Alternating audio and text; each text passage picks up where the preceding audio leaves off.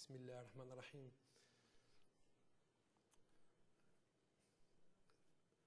Today I will speak to you about the cooperation in innovation and technology transfer in the Arab world. Of course, technology transfer is of utmost importance, and it is a priority for the Arab countries.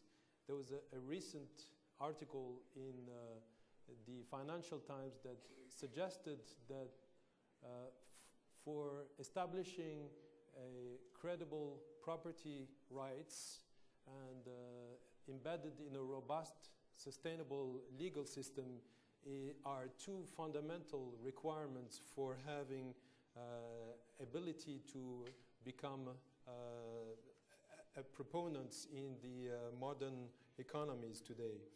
And this is one of the reasons why I will speak to you today about technology transfer.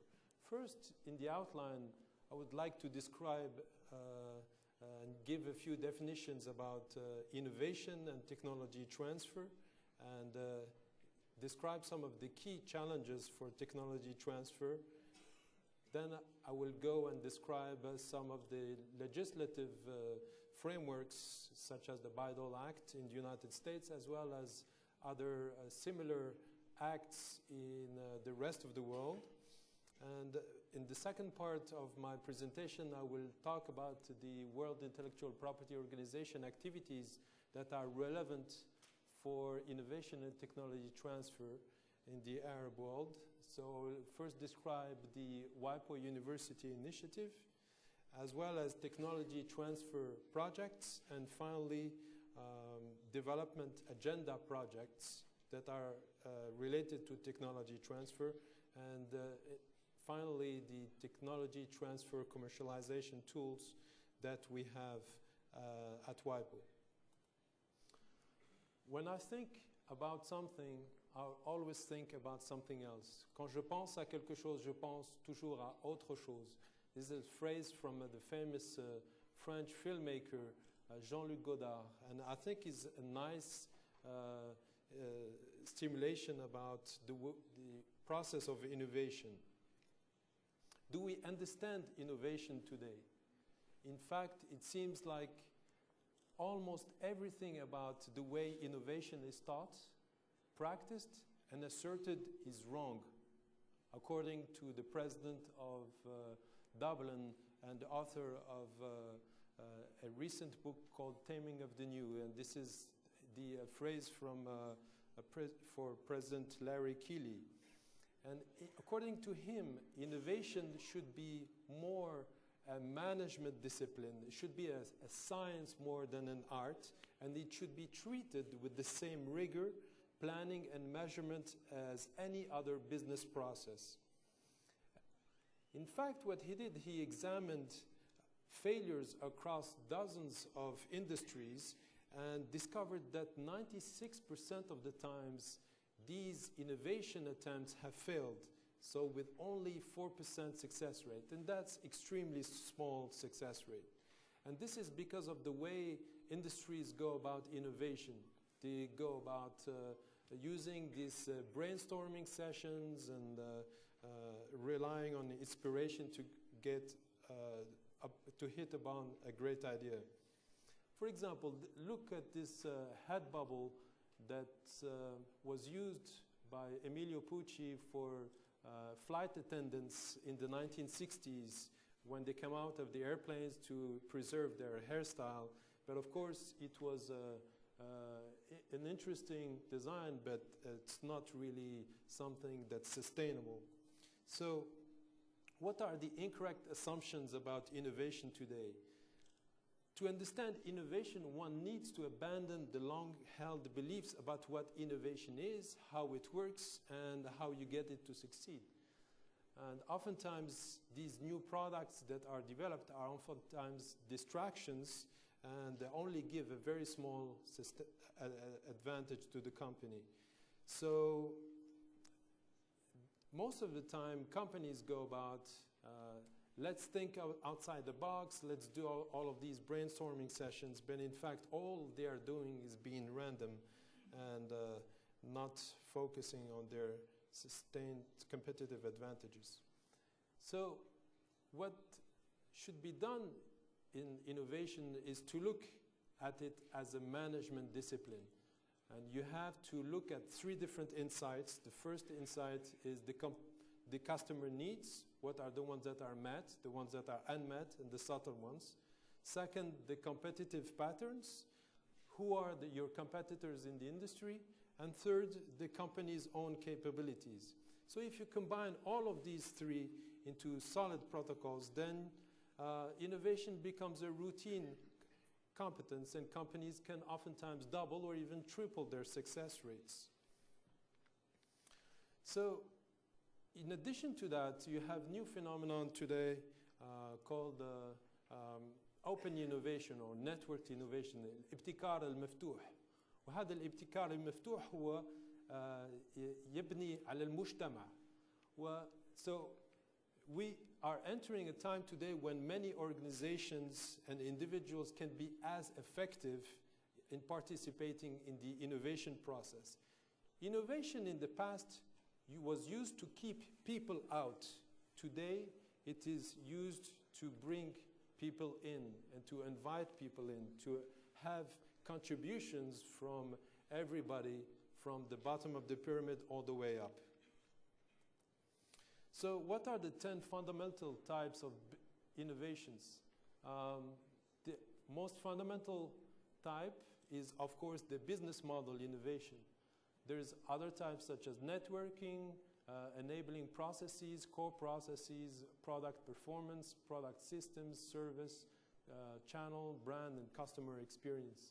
These are types of innovations. And now, the most important innovation, as described earlier, is the business model innovation.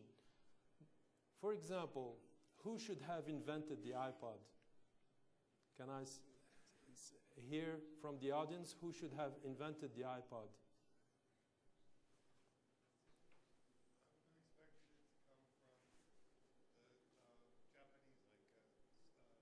Sony. Sony should have invented the iPod. And why is that? It's because in the 1970s, they had the heritage, the portable music heritage. They had the Sony Walkman. But in fact, who invented it was Apple, with Apple Steve Jobs recognizing the potential for digital music in the internet age. And he realized that you could put together all of these iTunes communities, and so this is why the iPod itself is more than just an MP3 player. It's an interesting innovation, but the business model that he developed was a much more innovative process itself. So when you look at innovation, you should really try to see the space in which you live in, whether it's a physical space, it's a virtual space. You should try to see it in many different types of dimensions. And this kind of, this was shown at the Venice Biennale in 1970, and was an architect that looked at space in different ways.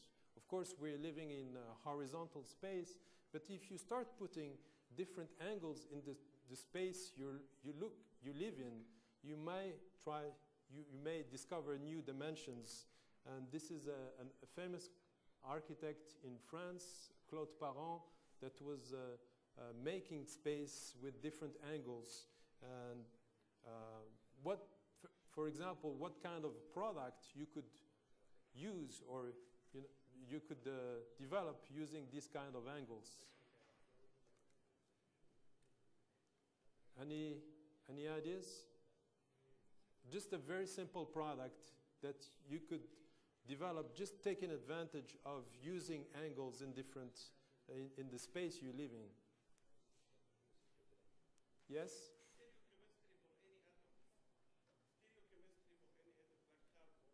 Yes. Yes, that's an interesting approach. for example, just this bottle holder is just using angles that sometimes you might not think about. So now, what is innovation? We talked about yesterday, you know, what ما هو الابتكار؟ الابتكار هو هذا المجال ما بين الفكرة والسوق. So according to Raghunath Mashelkar, is the space between mind and market. Innovation is the development of new ideas, methods, and products. And it occurs when someone uses an invention or an idea to change how the world works. Of course, today, you could use innovation, especially in the times of financial and economic crisis, in times of climate change and diminishing biodiversity. You can find solutions to these kinds of problems. In fact, innovation has evolved since the 19th century. In the late 19th century and early 20th century, innovation used to be the work of individuals. In the second half of the 20th century, innovation became more sophisticated, and it ceased to be the work of individuals and became the work of teams. You have these mega teams that were forming in large companies such as Bell Labs, DuPont, and IBM. But now today, more and more, you have in the 21st century, and thanks to the ICT revolution, innovation is becoming no longer an autonomous activity driven by R&D experts, but more and more the result of networks of interaction, both internal and external. So you have all of a sudden people that can connect with each other, that can be remote from each other at different scales, different parts of the world.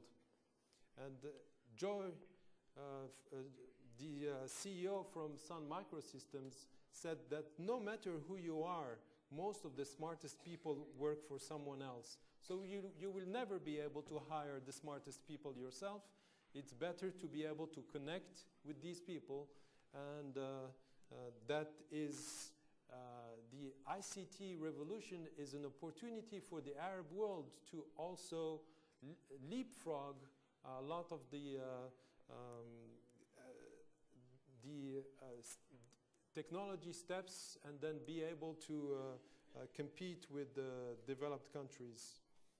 So now there are traditional approaches to the innovation process, from beginning conception, selection, prototyping, implementation, and dissemination. And now today, with the new models of innovation, you have this new phenomenon of networked innovation, which is defined as the osmosis or reverse osmosis of knowledge across the porous interface that separates an organization or a community and its environment. So it's about flows of ideas and knowledge across an organization and its environment. And intellectual property has been described oftentimes like as a catalyst of innovation, but there are some proponents that say that intellectual property or patents can deter innovation. In fact, these are two different types of papers. The first paper here talks about patents deterring innovation, and the second paper here, which I recommend, is a paper that talks about the Brazilian experience of an anti-inflammatory drug called Acheflan that's developed by a company in Brazil called Aché, and that was developed entirely by Brazilians from beginning to the end, so from the initial design all the way to commercialization. And it involved plant pathologists, business people, so it was really an open innovation type endeavor. And in fact, the idea itself was based on a plant, a traditional plant that's growing in Brazil. So now, what is technology transfer? Technology transfer refers broadly to a series of processes enabling and facilitating the flows of skills, knowledge, ideas, and know-how and technology among different stakeholders, whether they are national stakeholders or international stakeholders. But now, what you need additional to that, to the transfer of technology, what is it that you need? That's very important to developing countries, but also particularly to Arab countries. What is needed as a component for the definition of technology transfer? Can anyone venture a possible answer? Networking? Networking, and I think networking includes, that's an important aspect, but if you have technology, you have networking, what else you need with the technology that you're receiving? So you need the know-how of how to use this technology, and that's a very important component of that the technology transfer definition. So when you take technology all the way to the market, you go through creation, protection, and exploitation. You can go through you can license your, so when you develop a technology, you protect it. You can choose between licensing a particular technology, or you can start a spin-off or a startup company and then commercialize your technology. And you can have different types of property rights within the university, patents, copyrights, trademarks, designs, trade secrets.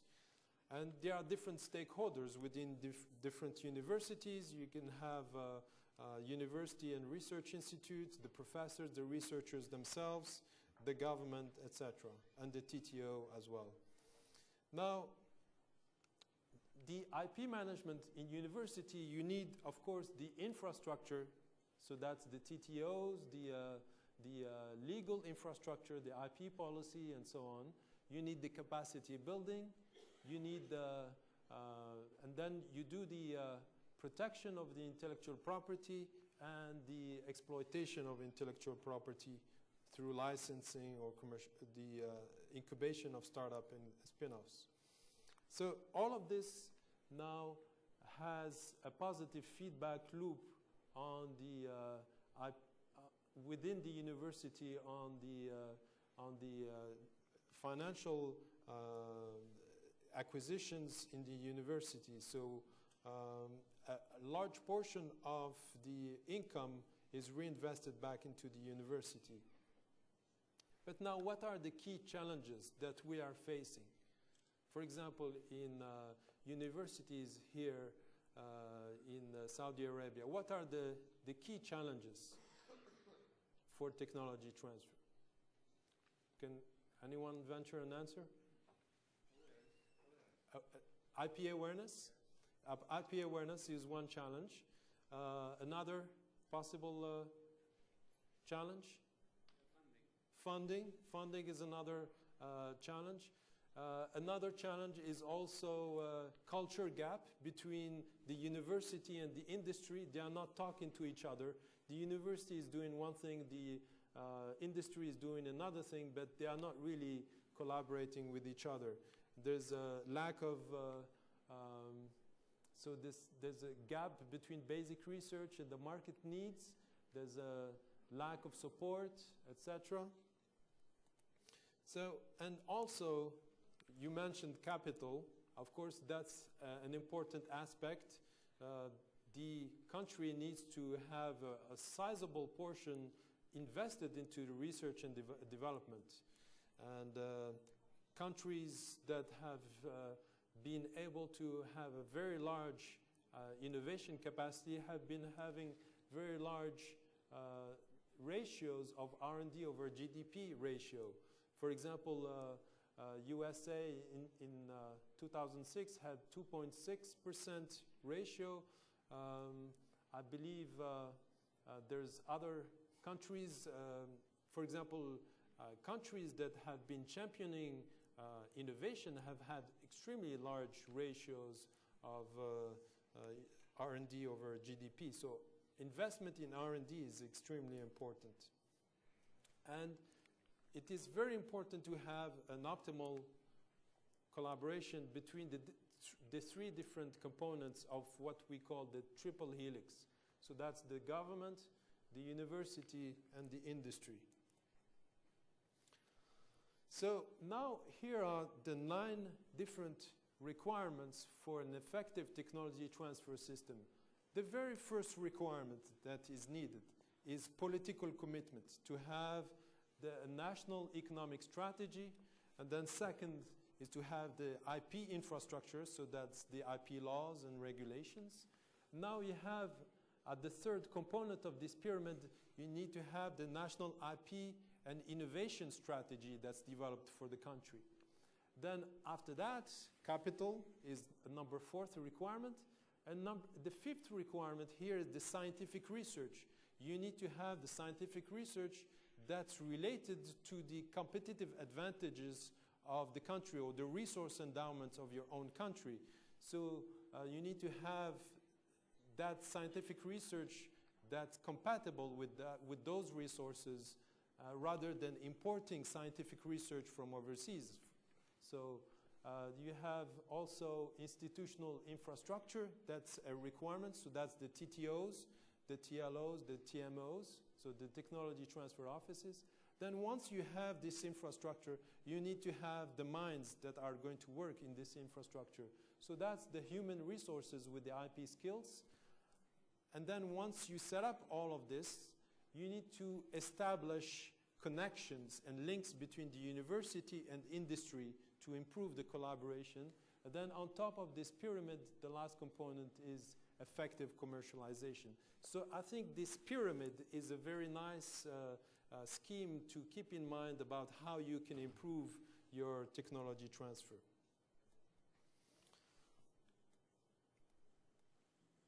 So now, of course, we have the Bayh-Dole Act. That's an example of a legislative framework that's used in the United States, and that has been a great promoter of the economy in the United States, thanks to these Silicon Valley firms that were developed there and that generated as much as $40 billion annually to the American economy. Now, there are legislative frameworks around the world that have tried to do something similar to that, from Japan to China to Russian Federation to Brazil, South Africa, and Algeria. And now I'll talk to you about the WIPO activities that are relevant for technology transfer in the Arab world. Here's first the WIPO University Initiative, which you might already have heard about. It's about establishing a network of universities around the world, and at each university, a university IP contact is designated that will work with WIPO on this project. And I believe in Malaysia we have several universities that are part of this WIPO University Initiative, and then they can connect with each other and create a network of universities. So we have as many as 220 partner institutions worldwide, and the main objective is to assist universities in enhancing their intellectual property and technology management capacity. And here it's a very simple process to become an app, to apply for this. You send us your request, and then we send you an application form and a survey to fill, and then you're immediately in, and you can benefit from training to capacity building, and benefit from the entire network of universities and potential interactions with them. And now we have the different technology transfer projects. First one is the R&D Networks and IP Hubs project, which assists different R&D institutions with scientific collaboration. Second one is the pilot project for the establishment of technology transfer offices. And the third one is the WIPO Earth project. So the first one is about putting together R&D centers and IP around an IP hub and then centralizing all the services for IP management. In fact, this was developed in a country in Colombia and generated as much as 17 patent applications since the start of the project in January 2004. Now we have this TTO project where the TTO is put closer to the scientists in R&D centers and universities. The IP office here has what is called the TISC, which is a Technology and Innovation Support Center, which provides patent information. And patent information can be quite important. And it's a project that was done in 5 different countries: Algeria, Egypt, Jordan, Morocco, and Tunisia. And it basically has 6 different phases, with the most important phase here is the 4th phase, which is a 12-month phase, which determines the TTO organizational parameters and defines the TTO institutional policy. It also nominates the TTO staff. Usually 5 TTO staff are recommended: business, legal, scientists, and engineers, and finally the training of the TTO staff. Okay. So finally, I would like to say that networked innovation is very important today, and it is about identifying who knows how rather than to know how.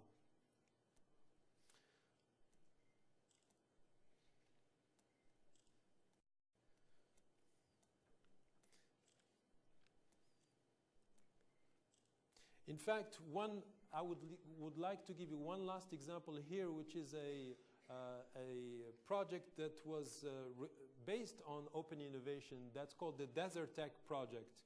That's a project that's using the solar energy produced in the Sahara region and then trying to transfer that energy to Europe, for example, through these high voltage direct current cables that are very low attenuation cables that will transport this electricity.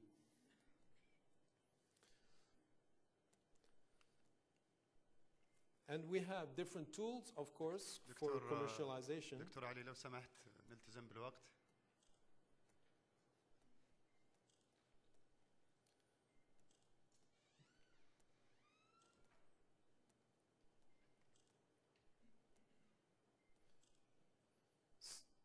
So I will briefly summarize that the objective of the Innovation and Technology Transfer section is to foster local or indigenous innovation capacity globally, and particularly in developing countries, and make it conducive to economic growth.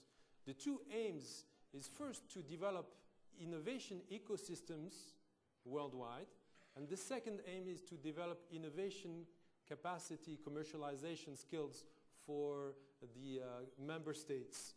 And routine business today for technology transfer in developing countries is not sufficient, and IP management methods, new IP management methods might be needed. And this is why WIPO offers advanced capacity building and technical assistance and for licensing as well as patent drafting, and these are on a demand basis, so we're waiting for you to send us your request for different universities to promote networked innovation in the Arab region. Thank you very much for your attention.